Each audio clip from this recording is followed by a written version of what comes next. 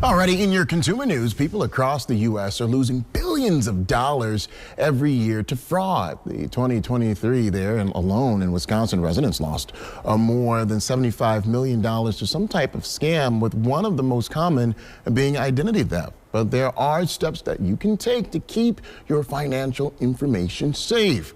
Local financial professional Tony Drake from Drake and Associate joins us to share how you can protect yourself. Tony, good morning to you. Good morning, buddy. Listen, this is a big problem here. How are scammers and criminals able to steal your identity? Boy, it's happening more and more often, and your personal information is really valuable to these criminals, whether you're applying for a credit card. We talked a couple months back during tax season. That's a big way that folks steal your identity, by filing fake tax returns, medical services. They're getting more and more advanced phishing techniques, fake phone calls, texts. You really have to be diligent. 12 billion with the B last year was lost to cybercrime. And, you know, we live in this new world, but sometimes some old school tactics are being used by these folks. You have to properly destroy documents, can't just throw them away, shred old taxes that you don't need anymore. You want to be smart. And we work with a lot of retirees, Frankie, and often these folks can be a little bit more subject to this type of thing. So you want to stay diligent and stay educated on this one. You know, you've worked all this time and you saved this money for just someone to come by one day and take it.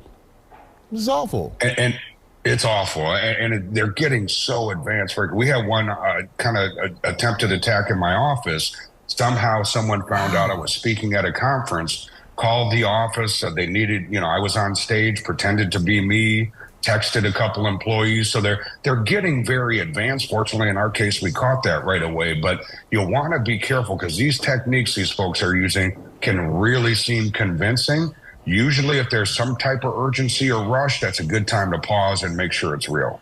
You know, not only that was pretty bold for them to do, but you mentioned there some of the ways. What are the common signs to look for? You mentioned a rushing, perhaps. What should folks look out for? Yeah, great thing. One thing we want to encourage people to think about is an acronym we call S.H.R.E.D. So the first one is strengthen your passwords.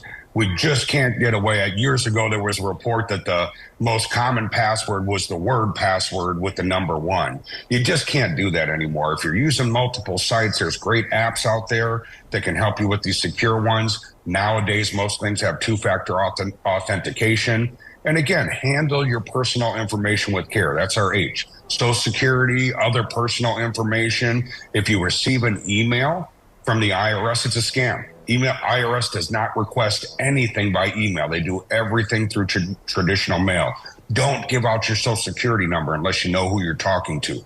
Want to read the credit reports? There's some great ways you can get a free copy of that each year. A lot of times there's some false things on there. You can freeze or put a hold on your accounts so nobody can open up new accounts. And empty your pockets. This is one where we talk about not carrying more than's necessary in your personal wallet. Don't carry your Social Security card. Put that in a safe at home, not in your wallet, so nobody can get it. And lastly, frankly, we don't want to leave information in the open. A lot of us like to go to coffee shops even and think about open a little bit differently. Like to go to a coffee shop, maybe it's an unsecure, Wi-Fi network. You want to be really careful what you're sharing over that. I like this, the S.H.R.E.D acronym there, keeping folks safe. Tony, we appreciate you. Great information to know. Thank you so much. Thanks.